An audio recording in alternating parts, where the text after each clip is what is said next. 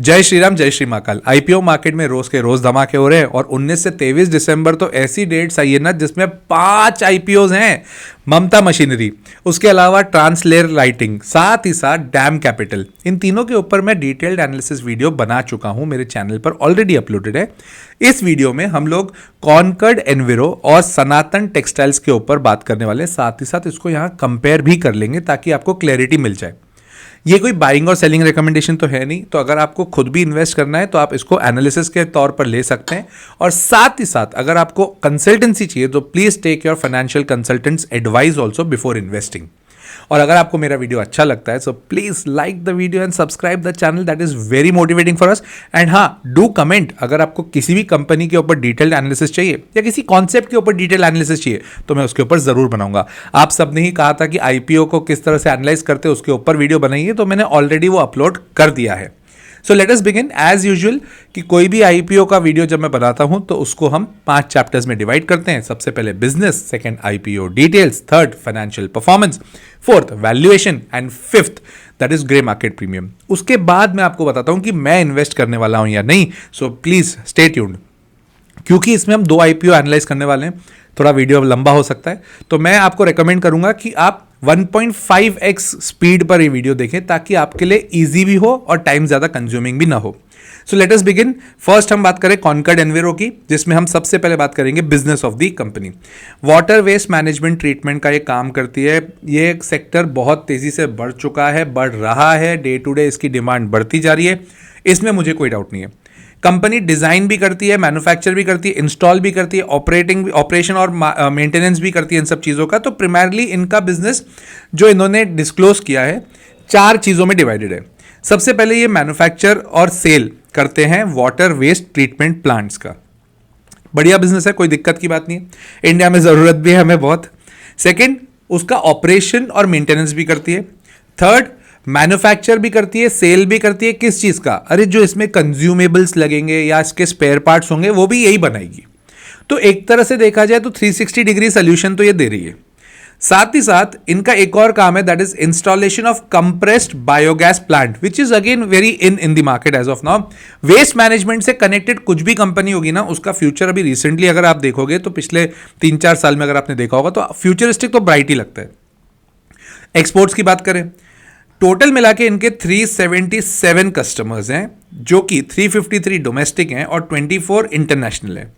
जहां पर north America cover होता है, लैटिन अमेरिका कवर होता है, अफ्रीका भी कवर करते हैं काफ़ी हद तक, मिडिल ईस्ट और साथ ही साथ साउथ ईस्ट। मतलब इफेक्टिवली देखा जाए तो काफ़ी अच्छा इन्होंने मार्केट कवर किया हुआ है।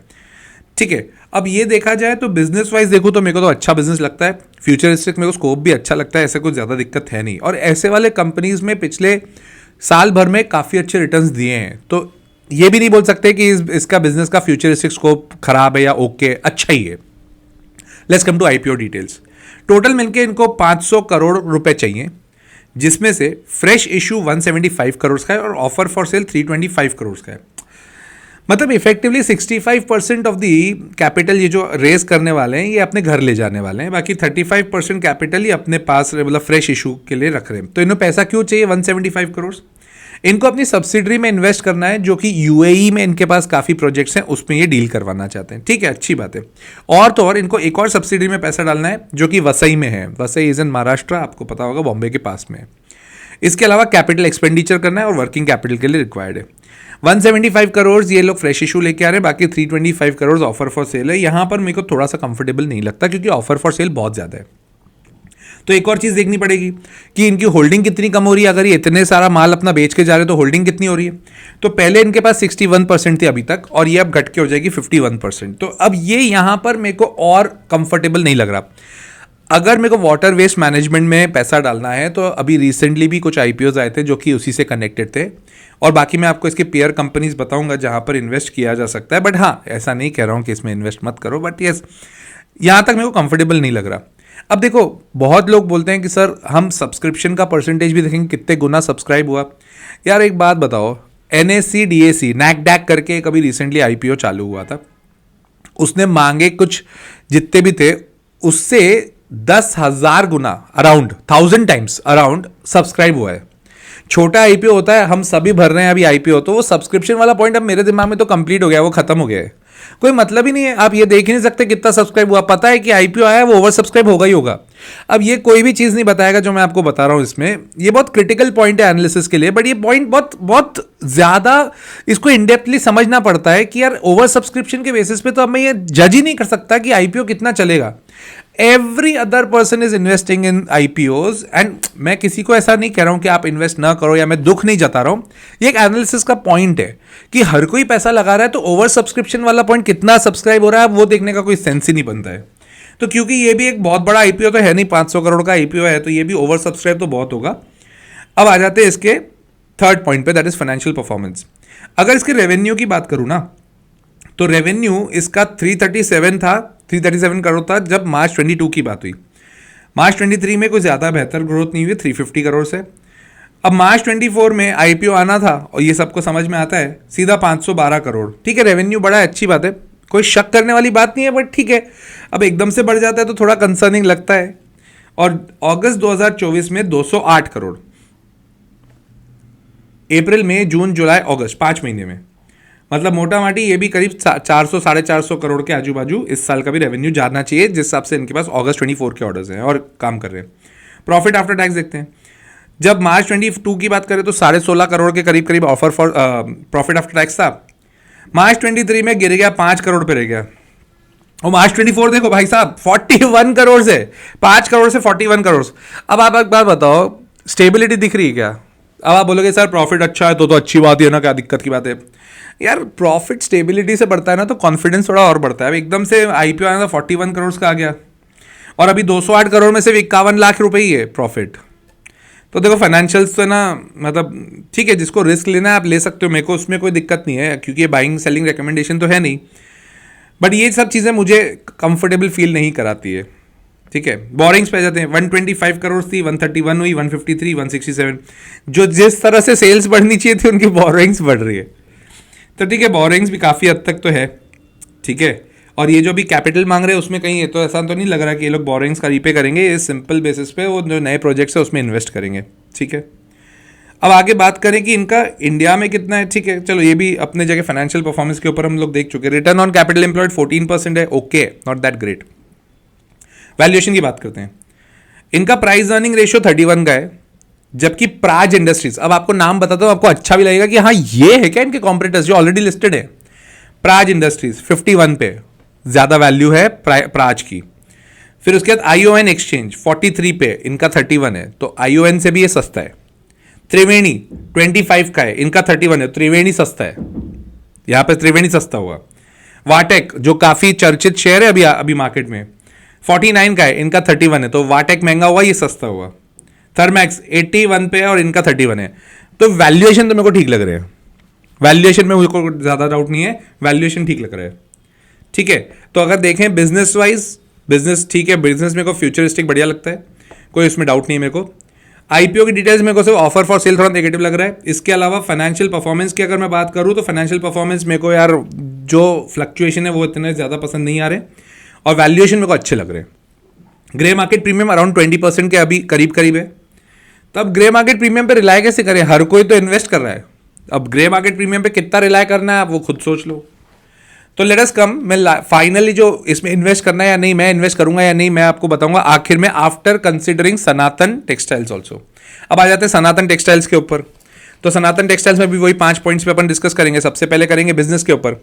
ये क्या करती है? धागा बनाती है, धागा यान बोलते हैं उसको, जो कपड़े का धागा होता है। एट दी एंड जो भी आप कपड़े पहनते हो बनता तो धागे से ना, तो धागा बनाती है। तो 3 प्रकार के धागे बनाती है बेसिकली, पॉलिएस्टर, फिर कॉटन और टेक टेक्सटाइल्स। ये टेक टेक्सटाइल्स मतलब टेक्निकल टेक्सटाइल्स का मतलब ये हो गया कि जो स्पोर्ट्स वेयर होता है, होजियरी होता है, थोड़ा जो स्ट्रॉन्ग मटेरियल होता है उसके बनाती है।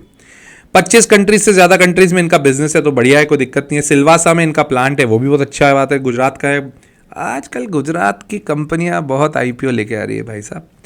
क्लाइंट इनका एक वेल्सपन इंडस्ट्री है, which is a very big client, कोई डाउट नहीं है। टॉवल बनाती है वो कंपनी, बहुत जगह इनका बिजनेस बहुत फैला हुआ है, काफ़ी पुश्तैनी बिजनेस है, तो वो भी देखा जाए तो अच्छा है। ठीक है, तो बिजनेस वाइज अच्छा है। अब इसमें देखो, इसमें आप ये नहीं देख सकते कॉम्पिटिटर्स कितना या स्कोप कितना है। स्कोप भी ज़्यादा है, कॉम्पिटिटर भी ज़्यादा है। एक है ना, इकोनॉमिक्स में एक फंडा होता है, वो फंडा बोलता है कि जहाँ पे large number of buyers large number of sellers होंगे तो उसको बोलते हैं परफेक्ट कंपटीशन। इसमें लार्ज नंबर ऑफ सेलर्स तो है ही, बट उसकी डिमांड भी उतनी है, तो मार्केट इसका काफ़ी बड़ा है, बट उसके पास कंपटीशन भी उतनी है। ठीक है, तो वहाँ से अगर मैं देखूँ तो ठीक है, business wise I am not that much very bullish, और मेरे को ऐसा नहीं लगता कि ये बिजनेस खत्म हो जाएगा। और तीसरी शायद पीढ़ी है इनकी जहाँ पे ये काम कर रहे हैं। तो let's come to second chapter, that is IPO details. ये भी छोटा आईपीओ है। ये एक तो है ना, इनको समझ में आ गया हुंडई और एनटीपीसी ग्रीन के बाद इनको समझ में आ गया है छोटे छोटे आईपीओ लाओ। ये बड़े बड़े आईपीओ लेके आते, वैल्यूएशन ज्यादा कर देते ना, नहीं लेते लोग, फेल हो जाते हैं। सही बात है यार, देखा जाए तो सही बात है। अब आईपीओ डिटेल्स पे आ जाए। 550 करोड़ का ये आईपीओ है। 400 करोड़ से ये डेट रीपेमेंट करेंगे मोटा माटी, इनका ऐसा प्लान तो ऐसा ही है, मतलब इनके पास डेट होगा बहुत। ठीक है, वो देखते हैं। और बाकी 150 करोड़ का ऑफर फॉर सेल है। अरे भाई, अब इसको हाथों हाथ थोड़ा सा कंपेयर भी कर लेते हैं। कॉनकर्ड में 500 करोड़ का आईपीओ था, जिसमें से 175 फ्रेश इशू था और 325 करोड़ ऑफर फॉर सेल था। इसने उल्टा किया है, इसका 550 करोड़ का आईपीओ है, ऑफर फॉर सेल 150 ही है, वहां पे ऑफर फॉर सेल 325 था। ये फ्रेश इशू लाने 400 करोड़ का, वो फ्रेश इशू लेके आ रहे थे 325 करोड़ का। यार यही तो ट्रिक है भैया, हम क्या करने वाले हैं, हम यहाँ पे ऑफर फॉर सेल कम करेंगे, फ्रेश इशू ज्यादा लेके आएंगे। ठीक है, अच्छा बात है ये, यहां तक तो मेरे को अच्छा लग रही बात, क्योंकि फ्रेश इशू जब ज्यादा होता है तो ऐसा लगता है कंपनी में पैसा जाएगा, मैंने जो कंपनी में पैसा डाला है तो उसमें बढ़िया है, कोई दिक्कत नहीं है।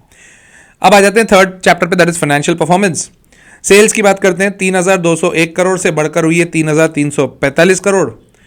फिर मार्च 24 में गिरी है, मार्च 24 में सेल्स गिरी है भाई साहब, 2980 करोड़ पे सेल्स चली गई है।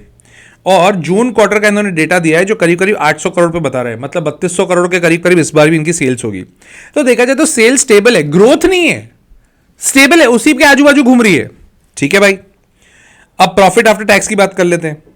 355 करोड़ से गिर के, ओ भाई साहब एक मिनट 355 से गिर के 152 करोड़, और उसके बाद मार्च 24 में 134 करोड़।